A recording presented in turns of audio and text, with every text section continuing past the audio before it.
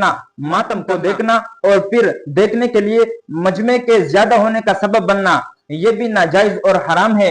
इसलिए कि अगरचे ये शख्स खुद इस मातम के अंदर शरीक नहीं है, लेकिन देखने वाला इसको ये समझेगा कि गोया कि ये भी शरीक मातम है। नीज जिस तरह मातम करना और इसमें शरीक होना नाजायज और गुनाह का काम है, इसी तरह मातम को देखना और फिर देखने के लिए मजमे के ज्यादा होने का सबब बनना, ये भी नाजायज और हराम है।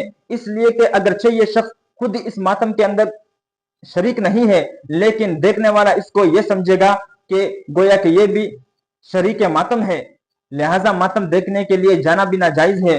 और खुद हुजूर सल्लल्लाहु अलैहि वसल्लम ने इरशाद फरमाया है, मन तशब्बह बिकौमिन फहुवा मिनहुम, कि जो शख्स जिस कौम की मुशाबहत इख्तियार करेगा वो उन्हीं में से होगा, उसका हशर उन्हीं लोगों के साथ होगा, कयामत के दिन वो उन्हीं लोगों के साथ उठाया जाएगा और इसका हिसाब किताब भी उन्हीं लोगों के साथ होगा। इसलिए अगर हम मातम को देखेंगे या मातम करेंगे या मातम में शरीक होंगे, जलूसों में शरीक होंगे, सबीलों में शरीक होंगे, इनके शरबत को पिएंगे, सबीलों को पिएंगे, तो फिर हम भी इस हदीस के मिज़दाक बन जाएंगे कि हमारा हशर भी इन लोगों के साथ होगा। इसलिए तमाम लोगों से गुजारिश है कि अगर वो सबील लगा रहे हैं, वो लोगों में शरबत तकसीम कर रहे हैं, वो मातम कर रहे हैं, वो अपने सीनों को पीट रहे हैं, वो अपने गिरबानों को पाड़ रहे हैं, वो नोहा कर रहे हैं और दीगर जितने भी बिदआत और खुराफात कर रहे हैं, वो उनका अपना मसलक है, वो उनका अपना रास्ता है।